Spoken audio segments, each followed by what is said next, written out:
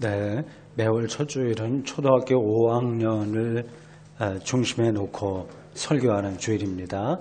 약간 나이 같은 학생들과 좀 더 어린 학생들도 지금 내가 초등학교 5학년이다. 그걸로 초점을 맞춰주시기 바랍니다. 여러분들이 책 읽기 좋아하시나요? 오늘 목사님이 보통 교회에 와서 이제 밑에 내려가 보면 이제 교회 청소하시는 분들도 있고 정리도 이렇게 합니다. 가끔 어린이들도 있어요. 오늘 보니까 어떤 어린이가 책을 열심히 읽고 있더라고요. 아마 늘 책을 손에 들고 다니는 것 같습니다. 책도 여러 가지 종류죠. 영웅전, 위인전도 있고 또 어떤 종류가 있겠어요? 역사, 인물 이야기, 영웅전 비슷한 겁니다. 동화도 있고 동시도 있고 그러니까 여러 가지입니다. 글이 여러 가지예요. 그걸 장르라고 합니다. 근데 조금 특이한 게 있어요. 여러분들이 잘 읽었으리라고 보고 또 재미있으리라고 하는 그 장르의 글이 있습니다. 우화가 있어. 우화. 가장 대표적으로는 이솝 우화죠. 읽어봤죠? 이솝 우화. 그러니까 동물을 등장시켜서 사람처럼 이렇게 역할을 하게 하는 겁니다. 그걸 의인화라고 해요. 사람처럼 이렇게 동물을 모양을 맞추어서 이야기를 끌어간다고 하는 겁니다. 의인화하는 글쓰기가 우화입니다. 예수님도 그 비슷한 방식으로 사람들을 가르치셨습니다. 이런 우화가 좋은 거는 아주 짧은 내용을 통해서 그리고 재미있으면서도 아주 정확하게 어떤 거를 잘 전할 수 있다는 겁니다. 예수님도 그 비슷한 방식으로 이야기를 하셨는데 그걸 가리켜서 비유라고 합니다. 비유. 우화하고는 좀 다르지만 비슷해요. 그래서 씨앗과 꽃의 관계, 그거는 이제 비유적으로 설명을 하는 거예요. 그리고 나무와 열매, 그리고 바다에 가서 이제 그물을 던져서 고기 잡는 이러한 방식, 이런 걸 통해서 하나님의 뜻을 전하는 이야기가 비유입니다. 오늘 우리가 함께 읽은 이 누가복음 12장 13절에서 21절에는 멋있는 그런 비유가 하나 나와요. 그 시작이 이렇습니다. 어떤 부자가 있었어요. 좋죠? 부자 얘기하면 기분 좋죠? 부자인데다가 그 해에 농사를 졌는데 소출이 많았습니다. 그 부자만 하더라도 좋은데 그 해에 너무 풍년이 든 거예요. 이렇게 부자가 돼서 풍년이 들려면 어떤 게 필요한지 생각해 보세요. 이 부자가 오늘 비유로 나오는 핵심 인물입니다. 어떤 게 필요할지 생각해 보세요. 지금은 공장을 한다거나 아니면 여행사를 운영한다거나 학원을 운영한다거나 여러 방식으로 돈을 벌 수 있는데 옛날에는 돈 벌려면 그런 거 별로 없었습니다. 거의 한 가지예요. 농사를 짓거나 양, 소, 목축을 하거나 바다에 가서 고기를 잡거나 이런 것들입니다. 1차 산업이라고 하죠. 그래서 이 사람은 농사꾼이었습니다. 부자인데다가 이렇게 소출이 많이 늘게 된 이런 어떤 조건들이 이 사람에게 있었을지를 한번 생각해 보세요. 제일 첫 번에 이 사람에게 필요한 게 뭘까요? 땅이죠. 땅이 많아야 돼요. 이 사람이 부모에게서 유산으로 물려받은 건지 아니면 자기가 돈을 벌어서 잘 절약해서 땅을 산 건지 아니면 누구에게 돈을 빌려서 투자한다는 생각으로 땅을 확 샀는지 아니면 빌린 건지 어쨌든 땅이 많아야죠. 그래서 농사 많이 지는 거 아니겠습니까? 땅이 필요하고 그 다음에 또 뭐가 필요할까요? 생각해 보세요. 두 번째 필요한 거 일꾼이에요. 일꾼이 필요해. 자기 혼자 농사 다 못 집니다. 옛날에도 우리나라에 부자들이 제법 있었습니다. 뭐 1년에 뭐 1000석 이 쌀을 뭐 1000가마 이렇게 수확을 한다든가 그러면 넓은 지역이 다 그 사람 땅이에요. 그리고 그 사람 땅을 다 다른 사람이 농사를 지어줍니다. 일부분을. 그 농사를 대신 짓고 거기서 주인한테 얼마 주고 나머지 우리 한다 하는 그런 사람을 뭐라고 부르죠? 뭐라고 하죠?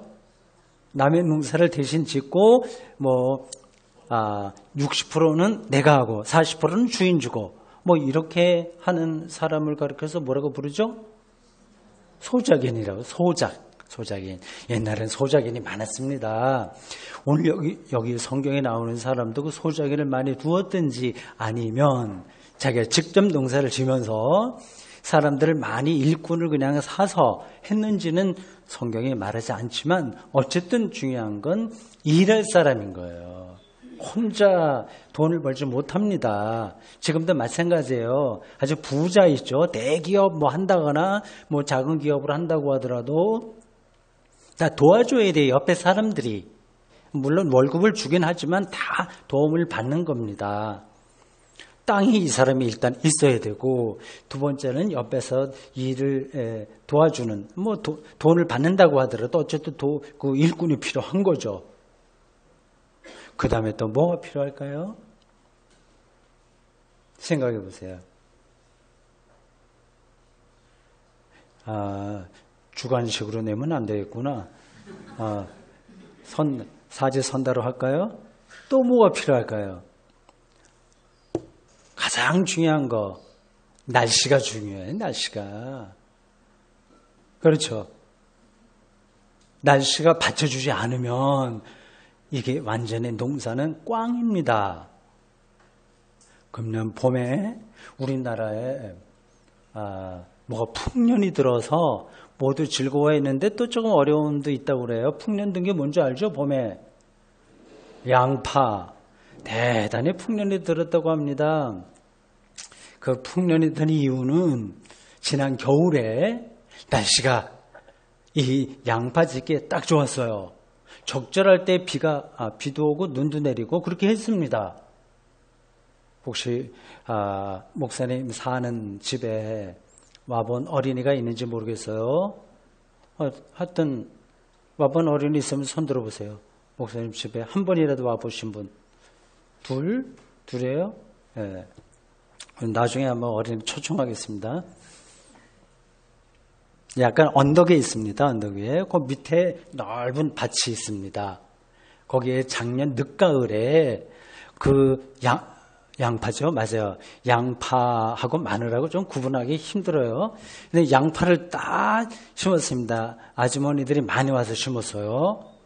그래서 이제 목사님이 저거 어떻게 이제 걷어들이나 어떻게 겨울철에 이렇게 식물은 안 자라잖아요. 어떻게 저 겨울철을 지날까 궁금하게 생각해서 눈여겨봤습니다. 심어놓고 조금 지났더니 다 죽은 것 같아요. 겉으로 보니까.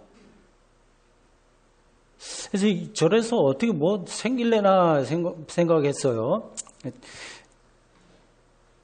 목사님이 얘기하려고 하는 게 이거네요. 그래 양파를 쭉 이제 심어놓고 물론 거기에 비닐 씌워놓은 다음에 비닐 구멍구멍에 다 그걸 심었어요. 그리고 중간중간에 이렇게 철로 돼 갖고 이렇게 높은 장대 같은 거 그렇게 높진 않아요. 목사님 키 정도 되는 그런 거를 쭉 세워놓고 밑으로 호스로 쭉 연결시켜 놨습니다. 저게 뭔가 처음엔 궁금하게 생각했는데 자세히 보니까 스프링쿨러 가뭄이 들면 거기다 이제 물을 이제 해갖고 물을 주려고 한 거죠.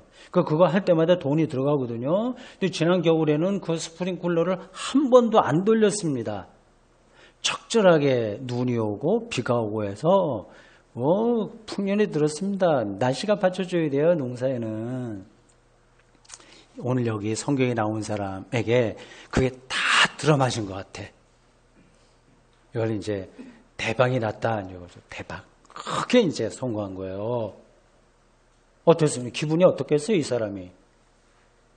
야, 내가 정말 잘했지. 그래서 얼마나 좋았겠어요? 정말 기분이 아주 좋은 거를,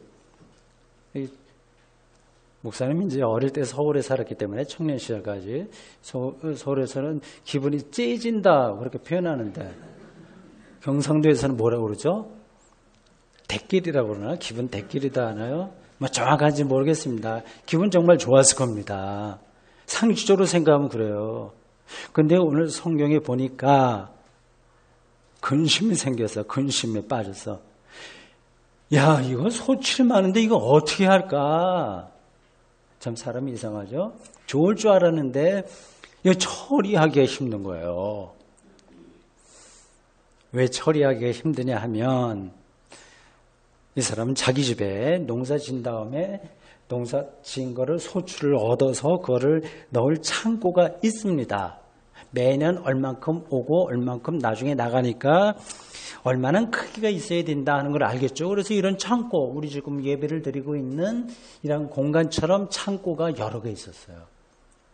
그런데 머릿속으로 생각해 보니까 계산이 안 나와. 너무 소출이 많아서 다 쌓아도 또 남아요. 그럼 근데 길가에다 놓으면 그건 상하니까 안 되지 않습니까? 그 남는 걸 어떻게 해? 정말 골치가 아픈 거예요. 여러분 같았으면 어떻게 하겠습니까? 생각해 보세요. 여러 가지 방법이 있어요. 평소에 우린 농사 짓느라고 고생한 소작인들, 야, 이번엔 내가 40%인가 60%를 가져왔지만, 이번엔 소출이 너무 많으니까 난 20%만 하고 나머지 돌려줘야지. 이렇게 생각할 수도 있잖아요. 그렇죠? 그 하나의 방법이에요. 남는 거는 그렇게 쓰면 되니까. 혹은 또 어떤 방법이 있을까요? 그걸 이제 팔아서 기금을 마련하여 곳곳 동네마다 도서관을 지면 어떨까? 괜찮겠죠, 그것도요? 아니면 그 어려운 학생들 장학금으로 그걸 쓰면 어떨까요? 그건 하나의 방법이야. 근데 이 부자는 어떤 생각을 했냐면 창고를 더 늘려야지. 창고를 한 5개 이런 큰 거 더 늘려야지. 그리고 거기다가 차곡차곡 모든 걸 다 쌓아놓아야지. 이렇게 생각했습니다. 멋진 꿈이죠. 여기까지는 좋았어요. 요 비유예요. 비유. 예수님이 하신 비유예요. 부자가 이제 거기까지 생각이 간 거야. 야, 이제 창고도 늘려짓고 거기다가 내가 다 이제 수고해서 걷어들인 곡식 쌓아두고 그리고 속으로 이렇게 생각했습니다. 19절에야 정말 환상적인 그런 꿈을 꿨네요. 이렇게 얘기한다. 여러 해 쓸 물건을 많이 쌓아두었으니 평안히 쉬고 먹고 마시고 즐거워하자. 그렇죠? 우리 모두가 원하는 거죠. 아마 우리 어린이들, 학생들은 아직 그러한 이 세상살이의 현장에 들어오지 않았기 때문에 이런 게 실감나지 않을지 모르지만 직간접적으로 이게 제일 멋진 인생, 즐거운 인생이라고 하는 거는 알고 있을 겁니다.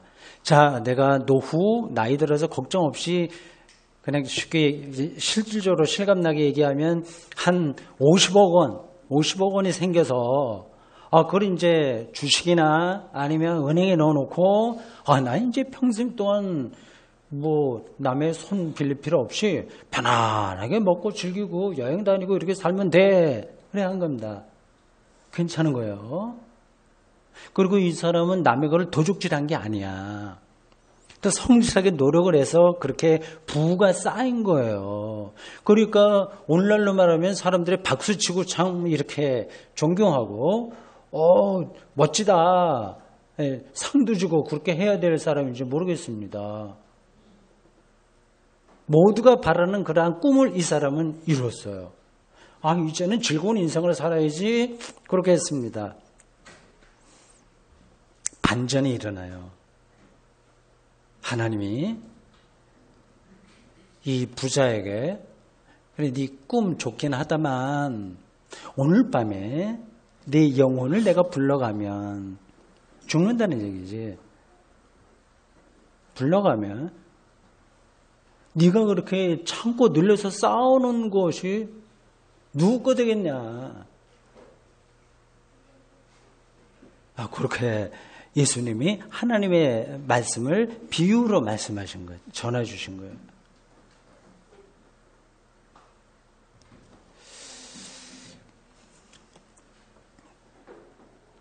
요 예수님의 이 비유가 왜 나왔는지 그게 앞에 어떤 이야기가 있어요. 예수님이 갑자기 그런 얘기한 게 아니에요. 어떤 사람이 예수님에게 와서 이런 부탁을 합니다. 선생님, 내 형에게 좀 말을 해서 나에게 올 유산을 좀 나눠주게 해주십시오. 그렇게 부탁을 해요. 아마 그 집 예수님에게 와서 그런 부탁을 한 사람이 형제들이 있었던 것 같아요. 근데 아버지 어머니가 돌아가시고 이제 유산이 있는데 그러면 그거를 나눠야 되잖아요. 그러면 유대인 율법에 따르면 법이 있어. 큰 아들은 50%, 둘째 아들은 30%, 딸은 몇 프로 그렇게 돼 있는데 그걸 지키지 않은 것 같아. 큰 형이. 그래서 이 동생이 어떻게 할 수 없으니까 라비인 선생님 예수님에게 와서 이거 우리 형 좀 이렇게 못된 짓 하고 있는데 좀 나에게 유산을 나눠주도록 해주십시오. 그렇게 말한 거예요. 그때 이제 이런 비유를 말씀하신 건데 예수님이 요 유산 상속 부탁한 사람에게 한 이야기 요게 정말 중요해요. 이렇습니다. 나는 그런 거 재판장으로 내가 일을 하는 게 아니다. 그러면서 모든 탐심을 물리쳐라. 사람의 생명이 그 소유에 넉넉한 데 있지 않다. 이렇게 했어요. 조금 뜻밖의 말씀이에요. 그리고 조금 이거 무슨 얘기야? 알듯 말듯하네. 그런 말씀처럼 들립니다.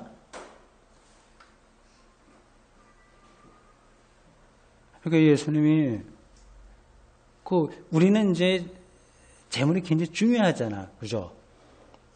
그리고 유산을 받을 때 부모에게서 일반적으로요, 그거 얼마 받잖아요. 받는 사람도 있고 안 받는 사람도 있는데 재산이 없으면 안 될 수도 있고. 근데 그것 때문에 형제들 많이 싸우잖아요. 이렇게 적절하게 해야 되는데 예수님은 아예 그 자체를 무시합니다. 난 그런 거 관심 없어 하면서 좀 지나치게 말씀하셨죠. 아마 목사님이 예수님의 경우라면 그렇게 얘기했을 겁니다.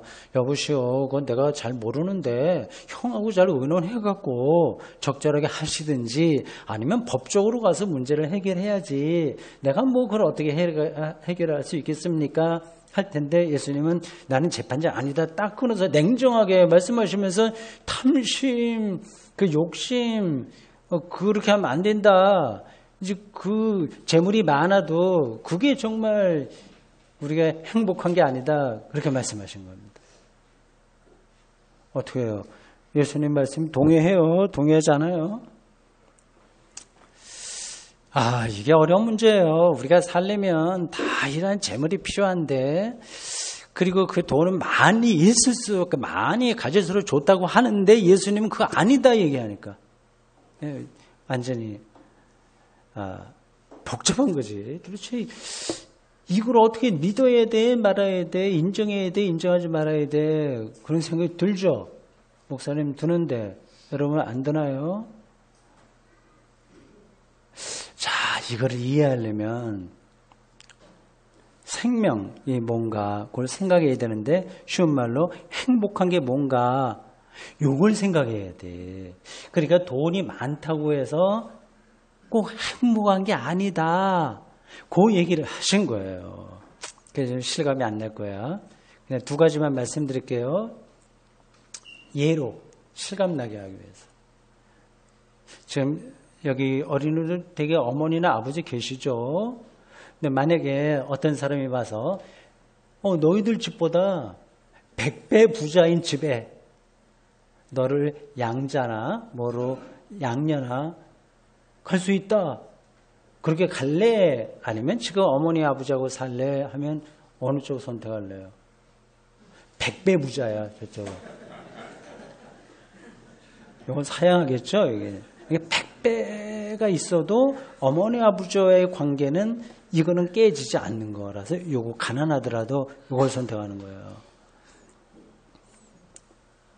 그런 예는 조금 너무 극단적이다. 뭐 예를 들더라도 뭐 그따위로 두냐 뭐 그런 얘기를 할지 모르겠는데 조금 목사님이 직접 경험한 거 하나 얘기할게요. 화장실, 변소에 대한 얘기예요. 옛날에는 변소가 정말 형편없었습니다. 밑에 구덕이 있고 이거 예배 시간에 그런 얘기들 모르겠어요. 똥물 얘기하면 튀어요. 와서 볼일을 보려면 정말 그렇습니다. 그래서 어린이들은 잘 안 가려고 그랬어요. 근데 그게 어릴 때만 아니라 목사님이 좀 커서도 그런 거는 많이 있었습니다. 군목 갔을 때 이야기예요. 군목. 그 경험은 우리 목사님의 아내 되는 사람도 거기서 했거든요. 그러니까 나중에 자세한 거 물어보세요. 군목 일동이라고 포천군 일동면 일동면 무슨 리더라? 이 리도 있습니다. 아주 시골이죠. 군대 교회가 그 바깥에 있었습니다. 주로 이제 목사님이 그 교회에서 활동을 했어요. 군대 교회. 그래서 그 바로 마을에 아주 작은 마을입니다. 거기에 방 하나 이렇게 월세 내서 살았습니다. 처음에 가서 그 주인한테 화장실이 어디죠? 이렇게 물어보니까 대문 바로 옆인가 그 옆을 얘기해요. 그래서 거적대기 같은 게 있어서 들추고 이제 들어가는 겁니다. 들어가서 이렇게 볼일을 보려고 했더니 볼일 볼 수가 없어요. 아무것도 없어. 똥통도 없고 아무것도 없어요. 보통은 이제 밑에 똥통이 있고 위에 이제 나무가 있고 아주 옛날 거라도 그렇게 있거든요. 아무것도 없고 그냥 편편한데 돌만 2개가 딱 있는 거예요. 그리고 뒤쪽에는 재가 있어. 재. 그래서 이거 어떻게 하나. 그래서 주인한테 나중에 들어서 알았습니다. 일단 그 사이에 이제 볼일을 봐야 되는데 거기다 재를 우선 뿌려야 돼. 삽으로. 그리고 볼일 보고 다시 이제 재를 뿌려서 그걸 퍼서 저쪽으로 뒤로 보내야 됩니다. 굉장히 위생적이죠. 파리도 한 마리가 없어요. 근데 좀 불편했지. 지금 화장실은 밥을 먹어도 될 정도입니다. 생각해 보세요. 근데 목사님 경험에 의하면 그때 그런 아주 불편한 화장실에서 살 때의 삶에 대한 기쁨이나 평화, 즐거움, 행복 이런 거하고 지금 아주 비대까지 다 돼 있는 그런 화장실에 있는 것이나 이것 때문에 결정되는 게 아니더라고요. 그러니까 아주 깨끗하게 그 안에서 커피를 마실 수 있을 정도로 그 아주 럭셔리하게 된 화장실에서 계속 근심하고 욕심내고 뭐 이런저런 것 때문에 머리를 막 그 골치 아프게 하고 거의 우울증에 빠질 정도로 이렇게 있는 거와 그 재를 뿌려서 볼일을 보는 거기서 마음 편하게 있는 거하고 어떤 걸 선택하겠어요? 절간에 가면 절에 가면 그 화장실을 다른 말로 부릅니다. 혹시 알아요, 어린이들? 네? 말했죠? 그래, 해우소라고 부릅니다. 해우소. 근심을 빼버린다는 얘기입니다. 그러니까 배변을 하면서 모든 근심과 걱정을 다 쏟아내는 돌을 닦는 거야, 화장실이. 그러니까 얼마나 깨끗하냐 아니냐는 그렇게 중요한 게 아닌 거죠. 이것도 또 극단적인 예에 같네요. 미안합니다. 실감이 안 나긴 할 수 있는 건데, 오늘 어리석은 부자, 이 사람은 계속 머릿속에 어떻게 창고를 늘리냐, 어떻게 소출을 더 늘리냐, 평생 그렇게 사는 거야. 겉으로 보면 세련됐어. 사람들에게 존경도 받을 수 있어. 그리고 적절하게 구제도 좀 할 수 있어요. 그러나 머릿속에는 계속 그 재물, 재산에만 있었어요. 예수님이 하나님에게는 부자가 못 되고 이 재물에만 마음이 다 가 있는 사람, 오늘 밤에 내 영혼을 하나님이 불러가면 어떻게 하냐라고 하는 질문 앞에서 공황에 빠질 정도와 마찬가지다. 그 얘기입니다. 자, 우리 어린이들이 앞으로 이제 나이가 들면서 많은 일들을 하면서 살아야 되는데 열심히 잘 살기를, 공부도 잘하고 하기를 바랍니다. 근데 중요한 건 부자가 되든지 가난한 사람이 되든지 하나님 앞에서 부요한 거다. 그걸 기억하시기 바랍니다. 오늘 마지막으로 이제 어른들을 위한 설교문에서 마지막 대목만 읽고 마치겠습니다. 짧아요. 그냥 어른들에게 주는 설교 결론인데 여러분들 들어보시기 바랍니다. 여러분은 자본주의가 신처럼 추앙받는 시대를 살기에 오늘과 같은 오늘의 설교가 은혜롭게 들리지는 않을지 모르겠습니다. 하나님 경험이 중요해도 가난하면 행복이고 뭐고 아무것도 남지 않는다고, 즉 삶이 파괴된다고 생각하기 때문입니다. 제가 더 이상 뭐라 말씀드릴 건 없습니다. 다만 저는 이렇게 말씀드립니다. 여러분이 일부러 가난해져야 된다는 게 아닙니다. 그러나 가난해져도 즐거운 인생을 누릴 수 있다는 사실은 기억하시기 바랍니다. 이걸 기억하는 사람은 가난을 두려워하지 않습니다. 여러분이 부자가 되면 안 된다는 말씀이 아닙니다. 다만 부자가 되어도 즐거운 인생이 보장되는 게 아니라는 사실만을 기억하기 바랍니다. 이걸 기억하는 사람은 부자가 되려고 목을 매지 않습니다. 중요한 것은 생명의 주인이신 하나님에 대하여 풍요로운 삶을 찾아가는 겁니다. 산티아고 순례길을 가듯이 하나님께 대하여 풍요로운 삶을 찾아가는 과정이 바로 우리 기독교인의 한평생 인생입니다. 우리는 그런 길을 함께 가는 믿음의 도반들입니다. 아멘. 기도하겠습니다. 하나님, 오늘 저희들 예수님이 주신 귀한 비유의 말씀 잘 들었습니다. 하나님에게 부요하다고 하는 게 뭔지 아직 다 깨닫지 못할 수 있으나 앞으로 살아가면서 깊이 알고 하나님의 그 풍요로운 가운데 살아가도록 도와주십시오. 예수님의 이름으로 기도합니다. 아멘.